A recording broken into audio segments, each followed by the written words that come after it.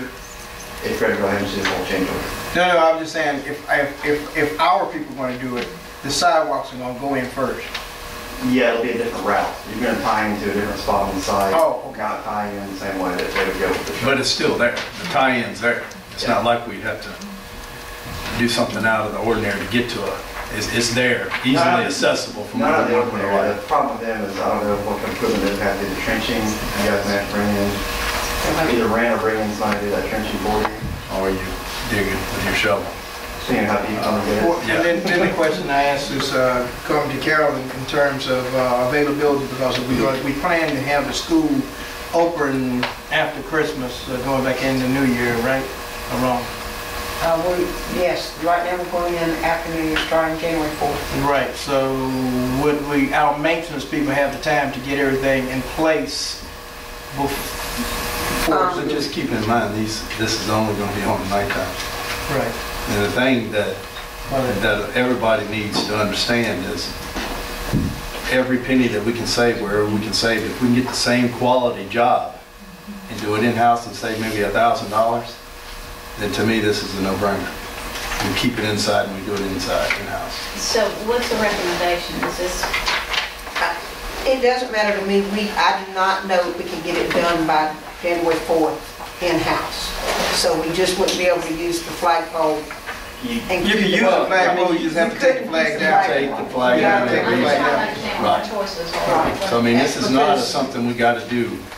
That's what I'm asking. You do like you normally do on a flag. If it doesn't have a light, you take it down at night and put it back up the next morning. But you definitely are going to get it done. You definitely will not get that done by the end of the year to do it yourself, because the route they're going, they're having to pull the wire themselves all the way through the building. We would have to wait. Well, they say that, did you say if they have to do it, they got to pull it through the building? That's the contractor, though. We've got an empty conduit with full wire in it from a panel out of the building through the yard and out to basically just an electrical box location out in the yard. Okay. That's where we will recommend your maintenance staff tie in if we go that route. Okay. But that means they've got to run a new underground conduit to that box. Right. Then they've got to actually pull the wire all the way back through into the school. All the way to near the front to the panel. So then, I guess what I'm hearing you say now is, we've got a electrical box out there that under contract won't even have wires to it. No, it's got empty conduits with full wires. Those are simply put in for future expansion. There's about 4,000 runs throughout the whole. Yeah, so that would be normal thing we would do if we wanted to. If and when we add an electrified sign out there, it could be that we'll tie it into the same box. So sooner or later, you would need to pull wire through right. anyway. That's all I'm using it. And it won't be done. Yeah. All right. Okay, any additional questions? Craig? Craig? Oh, okay. Any questions? Are ready to vote? All in favor of letting the contract, that's the motion, the contractor doing the wiring at 1559, says aye? Aye. Aye. Opposed? Aye. Aye. 3-2. Okay, next item, the tax boxes, tax boards. Did you say 4? 7. 7 tax boards at 4x4 at a cost of $24.63. Can I get a motion? It's 2,000. All right. Second. Okay, I got a motion, second, discussion. How much? What are we talking about? $2,463 for 4x4, 7 tax boards. Match all the others in the school, and this is an installed box. Okay, any additional questions? All in favor? Aye. Aye. Opposed? Ayes have it. Now, the last item. Okay, Mr. Roberts. You complain about the Before I get that information, you'd ask me to give you an estimate for sign. Yes. We asked him for, Mr. Holmes has been talking about putting in an LED sign. He has some donated money, PTO has some money. Now this is the information, and I just got this late this afternoon, so it isn't in here. Right. So I think if you could share the information, and I know we're going to have to talk to Mr. Holmes, because this is more than I thought, and I don't think he could cover all of that. You need to go into the change order for the roofing first or something? Yeah. You can do the roofing, and then we can explain the sign. Okay. On the roofing, this is a change that popped up a while back. We're waiting until now to present to you because we've been working on getting this thing down as much as we can.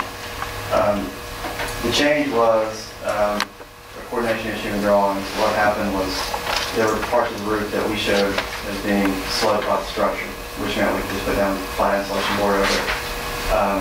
Our structural engineer misinterpreted our information.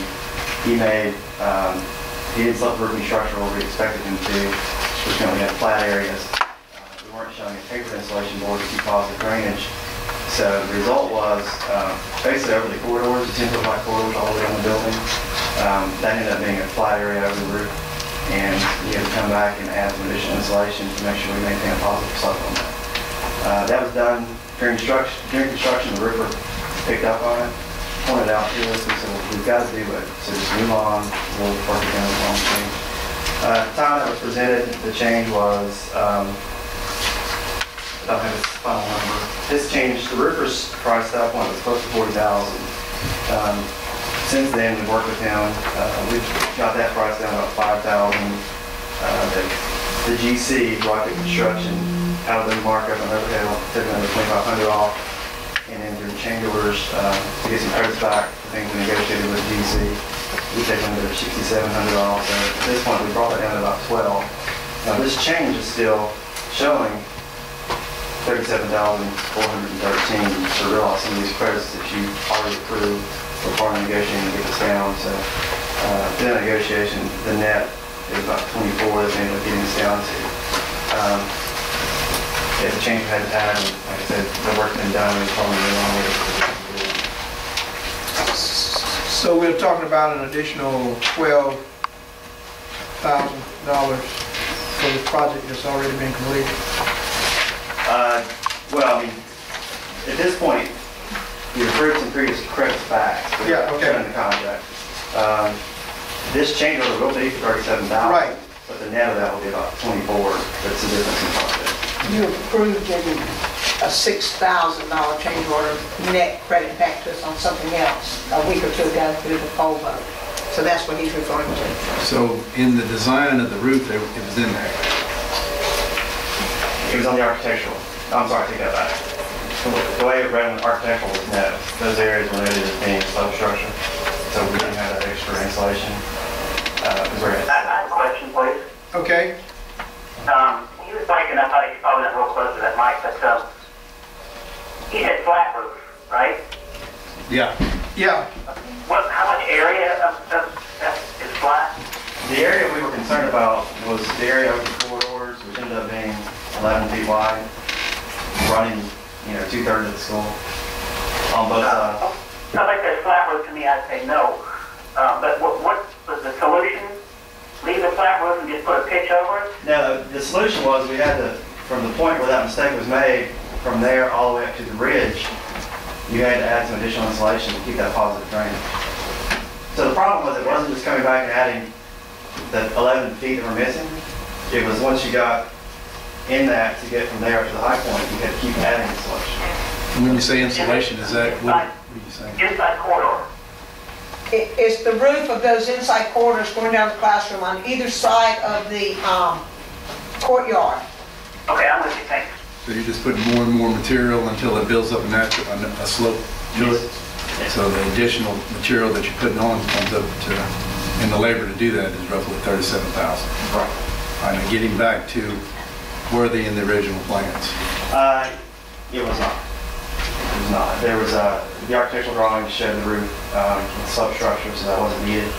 The structural, and that's what we call the material. On my roof plan, I'll show a papered insulation in this area, and I'll show layer insulation in this area over the slope area.